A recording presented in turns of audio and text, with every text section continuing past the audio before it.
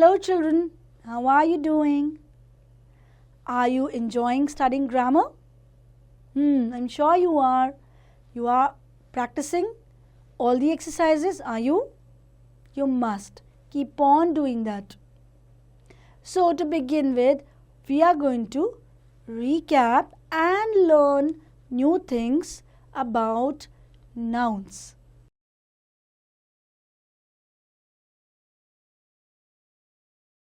So children, nouns are the names of people, places, animals, things, feelings and ideas.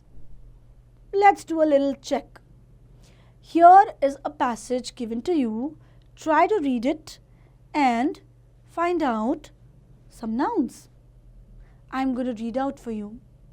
From his childhood, Vivekananda was eager to see God face to face. He became a disciple of the great saint Ramakrishna Paramhans of Dakshineshwar temple, who taught him that God lives in every living creature. So, by serving them, one can serve God.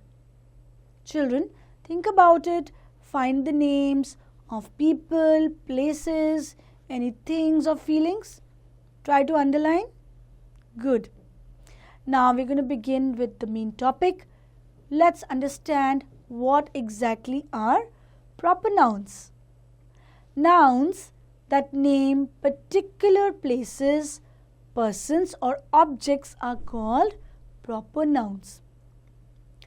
Proper nouns वो होते हैं जो किसी खास व्यक्ति के बारे में बताएं, किसी खास किसी पर्टिकुलर या स्पेसिफिक जगह के बारे में बताएं, ना कि कॉमन. कोई भी जगह नहीं, कोई भी व्यक्ति नहीं, कोई खास व्यक्ति. Proper nouns are words which name specific people, things, places or organizations. So here children, the key word for us is specific. So you will remember when you will think of specific, anything in particular.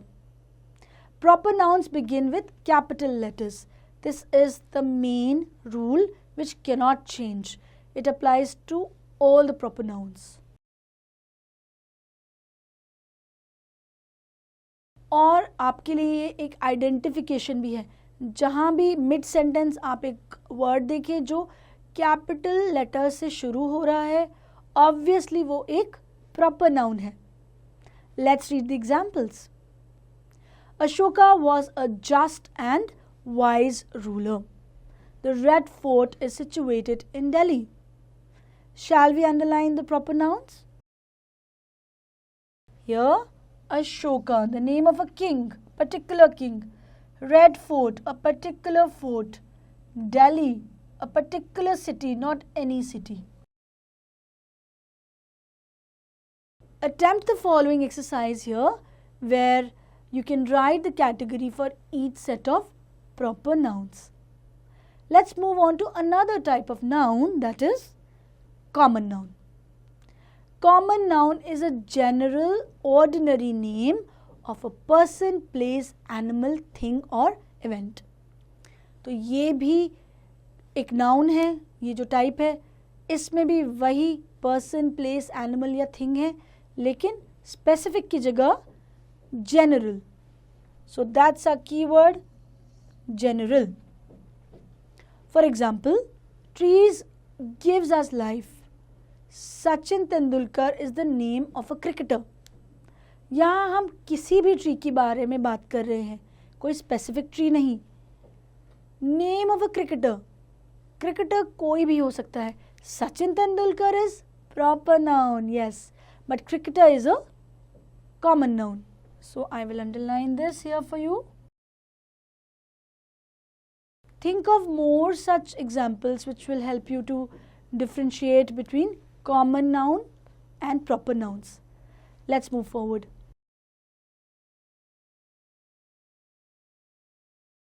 Another type is the one which talks about a particular group. I'm sure you must have guessed it by now. Yes, it is collective noun which talks about something in collection.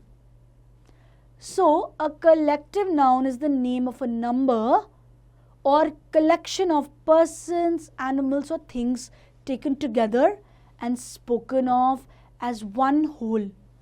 Example, a choir of singers, a collection of stamps.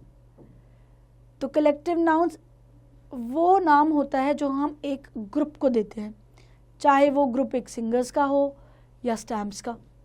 For example, a bunch of grapes, a galaxy of stars. So here this is the name given to a group of grapes. Galaxy is the name given to a group of stars. You have a following exercise where you need to match the columns where on one side the name of the collection is given, on the other side the collective noun is given. Now we move on to another interesting type, which is abstract noun. बच्चों, abstract नाम ही हमारे लिए एक बहुत बड़ा keyword है और एक हिंट है. Abstract का मतलब होता है जिसे हम टच और फील नहीं कर सकते हैं, जो tangible नहीं है. So this is abstract noun for us. An abstract noun is the name of something that you cannot touch, taste, hear, smell or see. It can only be recognized by the mind. और हम उसे एक experience के बारे में experience की तरह ले सकते हैं. For example, sweetness, honesty, bravery, heat, love, anger, height, etc. One can see an angry person or think of honesty, but one can neither touch nor see anger, honesty. तो ये कुछ चीज़ें हैं जो हम फील कर सकते हैं, एक्सपीरियंस कर सकते हैं, पर क्योंकि ये टैंजिबल नहीं है, हम टच नहीं कर सकते, इसलिए इसे कहते हैं abstract noun.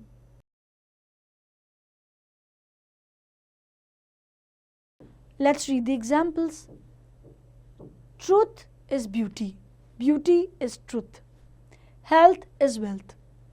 We can experience and feel the health, and truth is also not something that we can touch. Attempt the given exercises here where you have to make abstract nouns. Let's move on to something opposite to this. Yes, that is something we can touch.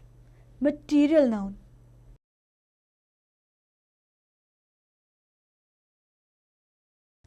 Material noun abstract noun के एकदम उलट है.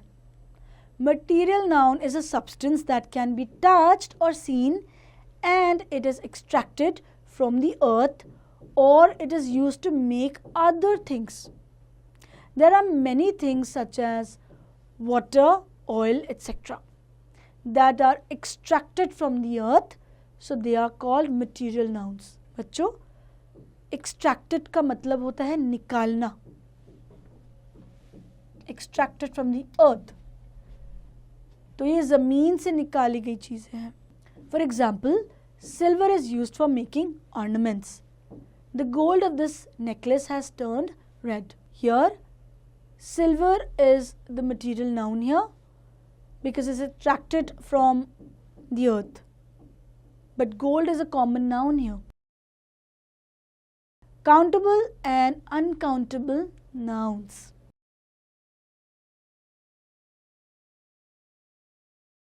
बच्चों, जैसे कि name ही, इसका नाम ही suggest करता है, काउंटेबल नाउन जिसे हम काउंट कर सकते हैं और अनकाउंटेबल वो जो काउंट नहीं किया जा सकता. तो ये याद रखना बहुत ही आसान है. Nouns that can be counted are called countable nouns. Those that cannot be counted are called uncountable nouns. Let's understand through examples. There are 5 oceans in the world. Can we count how many oceans? Yes, 5. How can you count water or air? While countable nouns have singular or plural forms, uncountable nouns do not have a plural form.